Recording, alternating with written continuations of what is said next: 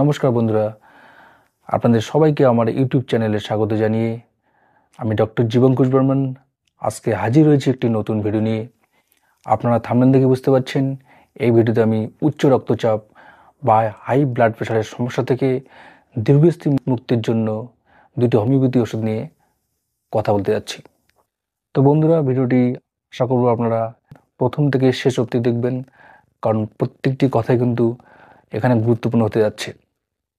তো ভিডিওটি শুরু করার আগে একটা ছোট্ট রিকোয়েস্ট, আপনি যদি আমার চ্যানেলে নতুন হয়ে থাকেন বা এখনও কোনো কারণে সাবস্ক্রাইব করে ওঠেননি, প্লিজ সাবস্ক্রাইব করতে কিন্তু ভুলবেন না।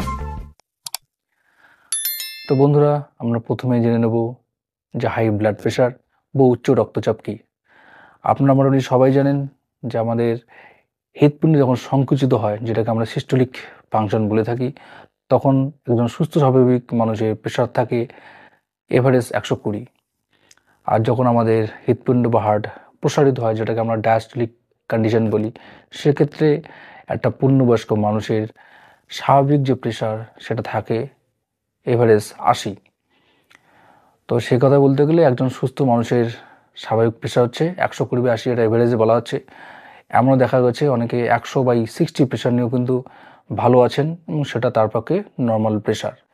তো যাই এক কথায় 120/80 যে প্রেশার থাকে, যেটার ইউনিট হচ্ছে মিলিমিটার অফ এইচজি, সেটাকে আমরা স্বাভাবিক প্রেশার বলেই ধার্য করে থাকি। আবার যখন এই প্রেশারটা এক্সিড করে যায়, এবং সেটার জন্য কয়েকটা গ্রেড রয়েছে, যেমন স্টেজ 1 হাই প্রেশার, এর মানে হচ্ছে যখন আমাদের সিস্টোলিক প্রেশার 130 থেকে 139-এর মধ্যে থাকবে এবং তার সঙ্গে ডায়াস্টোলিক প্রেশার 80 থেকে 90-এর মধ্যে থাকবে, তখন সেটাকে আমরা স্টেজ 1 হাই প্রেশার বলে থাকি। এরপর হচ্ছে স্টেজ 2, যখন সিস্টোলিক প্রেশার 140 বা তার থেকে বেশি থাকবে এবং ডায়াস্টোলিক প্রেশার যখন 90 বা তার বেশি হবে, সেটাকে আমরা বলি স্টেজ 2 হাই প্রেশার। এরপর একটা কন্ডিশন রয়েছে, যখন একজন মানুষের প্রেশার যারা সিস্টোলিক 220 থাকবে এবং তার সঙ্গে ডায়াস্টোলিক প্রেশার 120 বা ততোধিক থাকবে, সেটা কিন্তু একটা ইমার্জেন্সি কন্ডিশন। সেক্ষেত্রে কিন্তু অবশ্যই পেশেন্টকে যত তাড়াতাড়ি সম্ভব নিকটবর্তী স্বাস্থ্যকেন্দ্রে তার ইমিডিয়েট ম্যানেজমেন্টের জন্য কিন্তু ছুটতেই হবে। তো বন্ধুরা, উচ্চ রক্তচাপ কি আমরা অনেকটাই জানলাম। এখন আমরা জেনে নেব এর লক্ষণগুলি কী কী আছে, মানে আপনি কেমন করে বুঝবেন যে আপনার উচ্চ রক্তচাপ আছে। তো এক্ষেত্রে প্রথম হচ্ছে মাথা ধরা, মাথা ব্যথা, বমি ভাব, ক্লান্তি ভাব, একটা মানসিক অবসাদে ভোগা, এর সঙ্গে চোখে ঝাপসা দেখা, বুক ধড়ফড় করা, শ্বাসকষ্ট হওয়া, এই ধরনের কিন্তু একাধিক সমস্যা দেখা দিতে পারে। তো বন্ধুরা, এখন আমরা জেনে নেব যে হাই প্রেশার কেন হয়। প্রথমে হচ্ছে অস্বাস্থ্যকর জীবনযাপন করা, অস্বাস্থ্যকর খাওয়া দাওয়া করা, যেমন অতিরিক্ত পরিমাণে সল্টেড বা লবণাক্ত খাবার খাওয়া, প্যাকেট জাতীয় খাবার খাওয়া, চর্বি জাতীয় খাবার খাওয়া। এরপরে হচ্ছে আপনার ন্যূনতম শারীরিক পরিশ্রম না করা, যেটাকে আমরা ফিজিক্যাল অ্যাক্টিভিটিস বলে থাকি। এরপরে হচ্ছে পরিমাণ মতো ঘুম না হওয়া, যাদের দীর্ঘদিন ধরে ঘুম কম হচ্ছে তারা কিন্তু উচ্চ রক্তচাপের শিকার হতে পারেন। এছাড়াও মানসিক অস্থিরতা থেকে কিন্তু উচ্চ রক্তচাপ দেখা দিতে পারে। তো বন্ধুরা, এখন আমরা জেনে নেব উচ্চ রক্তচাপের সমস্যা থেকে দীর্ঘস্থায়ী মুক্তি পাওয়ার জন্য আমাদের ঠিক কী কী করণীয়। দেখুন, কোনো ওষুধই কিন্তু যথেষ্ট নয় এই সমস্যা থেকে দীর্ঘস্থায়ী মুক্তি দেওয়ার জন্য। তার সঙ্গে অবশ্যই কিছু আমাদের করণীয় থাকে, সেগুলো নিয়ে আলোচনা করছি। প্রথম কথা হচ্ছে পটাশিয়ামযুক্ত খাবার, যেমন ধরুন রাঙা আলু, আপনার কলা, বেদানা, দুধ, এই জাতীয় খাবারগুলোকে একটু বেশি পরিমাণে খেতে হবে। এছাড়া সামুদ্রিক মাছ, যেখানে প্রচুর পরিমাণে ওমেগা 3 ফ্যাটি অ্যাসিড থাকে, যেটা আমাদের হৃৎপিণ্ড বা হার্টের পক্ষে খুবই উপকারী, সেই ধরনের মাছ খেতে হবে।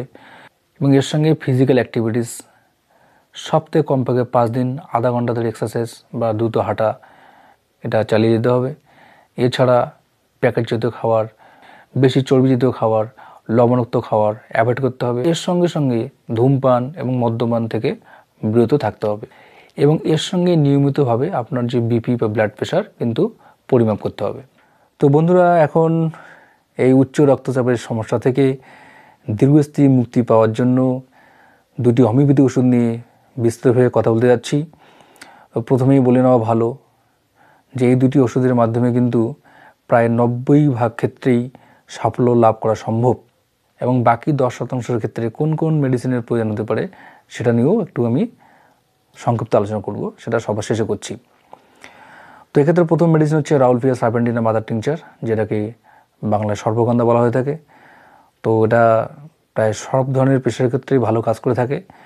শুধুমাত্র কিডনি সংক্রান্ত যদি হাই প্রেশার হয়ে থাকে, যেটা ইউরিয়া এবং ক্রিয়েটিনের মাত্রা যখন ব্লাডের রক্তের মধ্যে বেড়ে যায়, তার জন্য যে হাই প্রেশার হয়ে থাকে, সেক্ষেত্রে কিন্তু রাউলফিয়ার রেজাল্ট অতটা ভালো হয় না।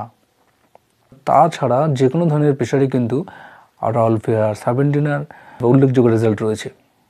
এছাড়াও রাউলফিয়ার শুধু উচ্চ রক্তচাপই কমায় না, এই ওষুধ নিয়মিত সেবনের মাধ্যমে নিদ্রাহীনতা দূর হয়ে যায়, হজম শক্তি বেড়ে যায়। তো এটা ওষুধের ডোজ হচ্ছে 10 ফোঁটা করে দিনে 3 বার, এবং অবশ্যই একটা কাপের 1/4 কাপ জলে মিশিয়ে খেতে হবে। ওষুধটি খাওয়ার নিয়ম হচ্ছে খাওয়া দাওয়ার 1 ঘন্টা পর, সকালে ব্রেকফাস্ট খাওয়ার পরে 1 ঘন্টা পরে, দুপুরে লাঞ্চ খাওয়ার পর 1 ঘন্টা পরে, এবং রাতে ডিনার খাওয়ার পর তার 1 ঘন্টা পরে।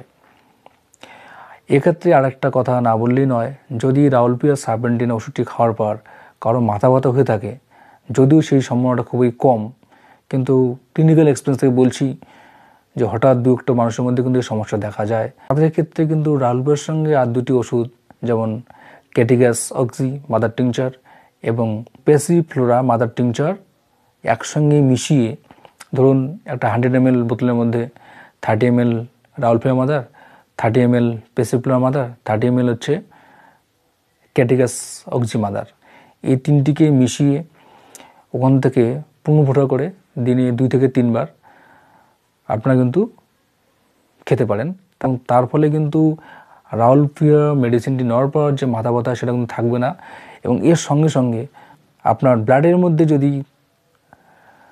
কোলেস্টেরল, ট্রাইগ্লিসারাইড এর পরিমাণ বাড়ার জন্য উচ্চ রক্তচাপ হয়ে থাকে, সেক্ষেত্রে কিন্তু এই কম্বিনেশন খুবই সুন্দর রেজাল্ট দিয়ে থাকে। নেক্সট মেডিসিনস গ্লোনোইন 30, এটা কিন্তু একটা খুবই কার্যকরী হোমিওপ্যাথিক মেডিসিন এই উচ্চ রক্তচাপ থেকে দীর্ঘস্থায়ী মুক্তির জন্য। যখন দেখা যাবে উচ্চ রক্তচাপের সঙ্গে সঙ্গে চোখ লাল হয়ে গেছে, মাথা গরম হচ্ছে, বিশেষ করে ভার্টেক্স রিজন খুব হট, একটা ফ্ল্যাশিং ভাব, কানটা লাল হয়ে গেছে, এটা আবার রিপিট করলাম, সেক্ষেত্রে কিন্তু গ্লোনোইন 30 খুবই ইফেক্টিভ মেডিসিনস। ডোজ 2 ফোঁটা করে দিনে 3 বার চালিয়ে দিতে হবে। ধরুন আপনি রাউলফিয়া খাচ্ছেন, তার 20 মিনিট পরে কিন্তু এই মেডিসিন নিতে হবে, একদম পাশাপাশি নেবেন না।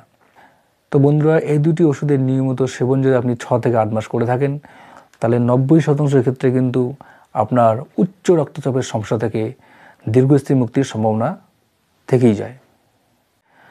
তো বন্ধুরা, এই 2টি ওষুধ খাওয়ার পরেও যাদের প্রেশারের সমস্যা থেকে কোনো মুক্তি লাভ হবে না বা সম্ভাবনা নাই বললেই চলে, তাদের কিন্তু নিকটবর্তী যারা কোয়ালিফাইড হোমিওপ্যাথ আছেন তাদের শরণাপন্ন অবশ্যই হতে হবে। কারণ এক্ষেত্রে অন্যান্য মেডিসিন যেমন অ্যাকোনাইড, আর্জিনাম নাইট্রিকাম, ওরামেট, জেলসিমিয়াম, বেলেডোনা, এই ধরনের ওষুধগুলো কিন্তু আসবে।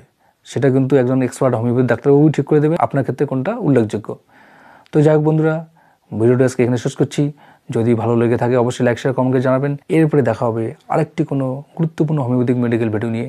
তো ভালো থাকবেন, সুস্থ থাকবেন, ধন্যবাদ।